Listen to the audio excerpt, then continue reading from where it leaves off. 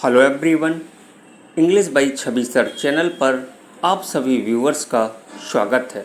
तो दोस्तों, आज मैं डिस्कस करने जा रहा हूँ बीए 5th सेमेस्टर के पेपर सेकंड फिक्शन की यूनिट नंबर 7 से अर्नेस्ट हेमिंग्वे पर एक लॉन्ग क्वेश्चन को। तो चलिए क्वेश्चन को रीड करते हैं और आंसर को लाइन बाई लाइन एक इजी लैंग्वेज में समझते हैं। तो आपका जो क्वेश्चन है, write a brief note on the Ernest Hemingway's style in the old man and the Sea, यानी एक ब्रीफ नोट लिखना है अर्नेस्ट हेमिंग्वे की स्टाइल पर, यानी उनकी शैली पर, in the old man and the sea. Let's see the answer. Ernest Hemingway is a famous American prose writer. जो अर्नेस्ट हेमिंग्वे हैं, फेमस मतलब प्रसिद्ध अमेरिकन प्रोज राइटर हैं, यानी अमेरिका के एक गद्य लेखक हैं। इन हिज नॉवेल, अपने उपन्यास में, वी ऑब्जर्व, हम गौर करते हैं। क्या गौर करते हैं? ए साइंटिफिक प्रेसिजन, साइंटिफिक प्रेसिजन को गौर करते हैं, यानी उनकी वैज्ञानिक परिशुद्धता पर गौर करते हैं। Hemingway wrote his novel after psychological and philosophical novels had become popular in the 20th century. Hemingway ने अपना उपन्यास तब लिखा जब 20वीं सदी में साइकोलॉजिकल यानी मनोवैज्ञानिक और फिलोसॉफिकल यानी दार्शनिक उपन्यास लोकप्रिय हो गए थे। पैराग्राफ नेक्स्ट है, he makes use of modern methods. Ernest Hemingway modern methods का मतलब होता है आधुनिक तौर तरीकों का उपयोग करते हैं। और किसके लिए? ऑफ करेक्टर प्रेजेंटेशन, यानी अपने करेक्टर प्रेजेंटेशन के लिए, एंड प्लॉट कंस्ट्रक्शन, और प्लॉट कंस्ट्रक्शन के लिए, यानी कथानक के निर्माण के लिए। द ड्रामेटिक टेक्निक, यानी जो नाटकीय तकनीकी है, ऑफ एंगेजिंग करेक्टर्स, करेक्टर्स को इंगेज करने के लिए, इन टॉक्स, बातों के जरिए, एंड मोनोलॉग्स, और एकालाप के जरिए, is also used in the present novel. उन्होंने अपने वर्तमान उपन्यास में इसका प्रयोग किया। The connection between society and nature, connection का मतलब होता है संबंध। जो संबंध हैं बिटवीन सोसाइटी एंड नेचर, यानी समाज और प्रकृति के बीच में, इज प्रोमिनेंट, वो प्रसिद्ध हैं इन द नॉवेल, नॉवेल में यानी उपन्यास में। थर्ड पैराग्राफ देखते हैं। His use of dialogue is superb, उनका जो डायलॉग का यूज है वो सुपर्ब है, वो श्रेष्ठ है। And the imagery and diction, उनकी जो इमेजरी है यानी उनकी जो छवियां हैं, एंड डिक्शन, और जो शब्द रचनाएं हैं, आर मैचलेस, वो अद्वितीय हैं। मैचलेस का मतलब होता है अद्वितीय। हिज चॉइस ऑफ वर्ड्स, उनके शब्दों का जो चयन है, इज एक्सीलेंट, वो शानदार है, एक्सीलेंट है। ही प्रूव्स हिज मास्टर स्किल्स, जो अर्नेस्ट हेमिंग्वे है उन्होंने प्रूव्स मतलब सिद्ध किया, हिज मास्टर स्किल, अपनी मास्टर स्किल को सिद्ध किया। Not only in writing novels, न केवल नॉवेल्स लिखने की राइटिंग में, but also in short story, बल्कि शॉर्ट स्टोरीज में उन्होंने अपनी मास्टर स्किल को सिद्ध किया, प्रूव किया। ऑलमोस्ट, लगभग, एमोंग हिज नॉवेल्स, अपने नॉवेल्स के माध्यम से, the old man and the Sea, जो old man and the Sea novel है, can be called the best example of his scientific precision, तो इसको बेस्ट एग्जाम्पल कहा जाता है। और किसका बेस्ट एग्जाम्पल कहा जाता है? साइंटिफिक प्रेसिजन का, यानी वैज्ञानिक परिशुद्धता का एग्जाम्पल कहा जाता है। Paragraph next, Hemingway has used many questions in the novel. जो अर्नेस्ट हेमिंग्वे हैं, अपने नॉवेल में उन्होंने कई प्रश्नों का यूज किया, क्वेश्चंस का यूज किया।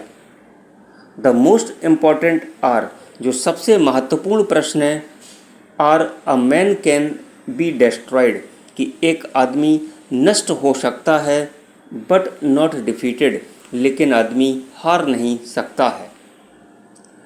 It is silly not to hope, it is silly not to hope, यानी उम्मीद करना मूर्खता होता है। Every day is a new day, क्योंकि प्रत्येक दिन एक नया दिन होता है। अब यहाँ पर अर्नेस्ट हेमिंग्वे कहते हैं, I wish I had the boy, मेरी इच्छा है कि मैं एक लड़का होता। The quotations are superb examples of his style. Ernest Hemingway ने अपने नॉवेल में अपनी स्टाइल के जो कोटेशंस का यूज किया वो सुपर्ब एग्जाम्पल हैं, यानी बेस्ट एग्जाम्पल कहे जाते हैं। अगला पैराग्राफ पढ़ते हैं। हेमिंग्वेज स्टाइल ऑफ राइटिंग। हेमिंग्वे की जो राइटिंग स्टाइल है, यानी जो राइटिंग की शैली है, is essentially appreciated. Essentially appreciated का मतलब आवश्यक रूप से सराहनीय है। By his simplicity, clarity and brevity, अपनी सिंप्लिसिटी के द्वारा यानी सादगी के द्वारा, क्लैरिटी स्पष्टता के द्वारा, एंड ब्रेविटी और संक्षिप्तता के द्वारा। ही डेस्क्राइब्स, अर्नेस्ट हेमिंग्वे डेस्क्राइब्स यानी वर्णन करते हैं, द रिलेशनशिप, संबंध का वर्णन करते हैं। और किसके संबंधों की बात करते हैं? ऑफ मैनोलिन विद सेंटियागो, यानी मैनोलिन जो छोटा लड़का था, सेंटियागो के पास मछली पकड़ने का काम सीखने आया था, तो मैनोलिन के साथ सेंटियागो के रिलेशनशिप की अर्नेस्ट हेमिंग्वे यहाँ पर बात करते हैं। ओनली इन 13 वर्ड्स, केवल 13 शब्दों में। एज, जैसे कि the old man had taught the boy to fish, जो ओल्ड मैन था यानी जो सेंटियागो था, उसने मैनोलिन को यानी उस बॉय को, उस लड़के को फिश मछली पकड़ना सिखाया था। And the boy loved him, और जो लड़का था वो सेंटियागो को प्यार किया करता था। Another writer might have spent का मतलब होता है खर्च कर दिया होगा।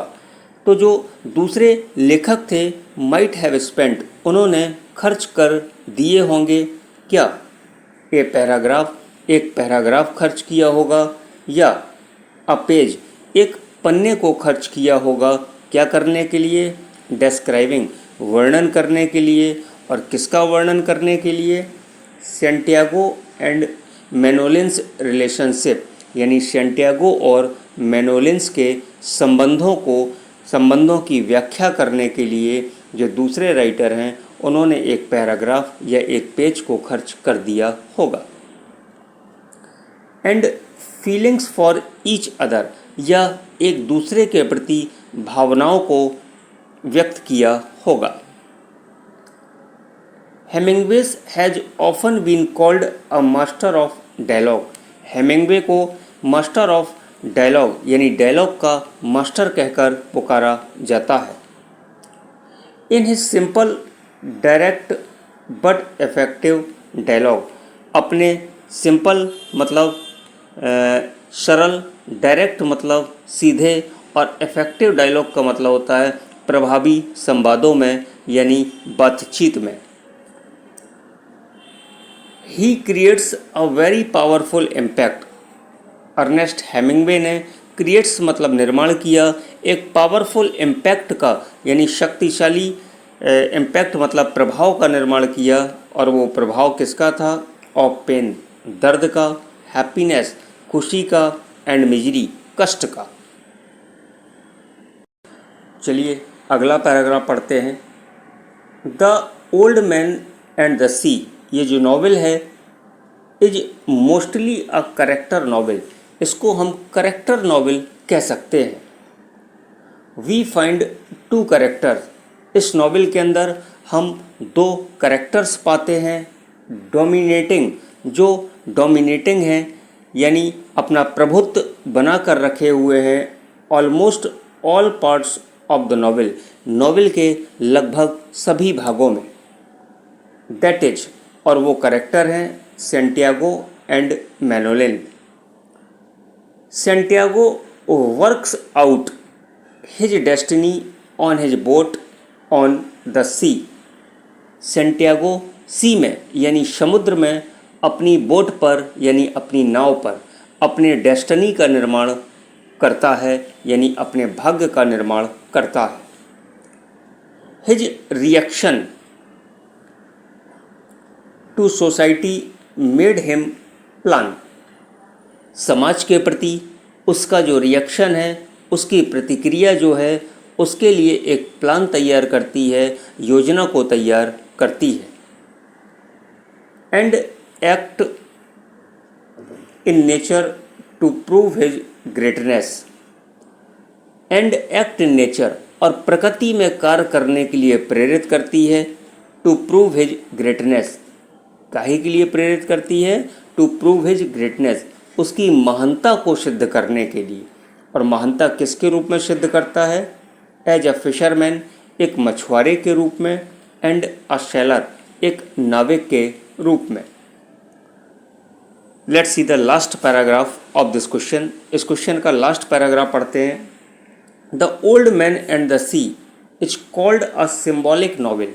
Old man and the sea को सिम्बॉलिक नॉवेल कह सकते हैं यानी प्रतीकात्मक नॉवेल कहते हैं।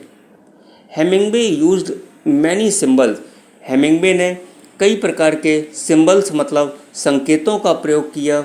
एंड इमेजेस, छवियों का प्रयोग किया। इन हिज नॉवेल, अपने नॉवेल में।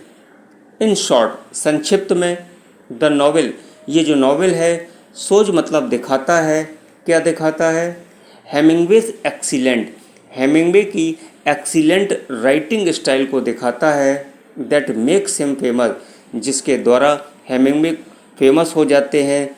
एमोंग अमेरिकन नॉवलिस्ट, अमेरिका के नॉवलिस्ट मतलब उपन्यासकारों के बीच में फेमस हो जाते हैं। तो दोस्तों, ये था लॉन्ग क्वेश्चन अर्नेस्ट हेमिंगवे की स्टाइल पर। आई होप आपको समझ आ गया होगा। तो दोस्तों, यहाँ तक आपने वीडियो देख ली है तो वीडियो को लाइक व शेयर ज़रूर कर दें। तो मिलते हैं आपसे नेक्स्ट वीडियो में। तो आप खुश रहिए, मस्त रहिए और जहाँ रहिए प्रसन्न रहिए। और हाँ, आप अपना और साथ साथ अपनों का भी ख्याल रखिए। Thank you for watching English by Chhavi sir channel.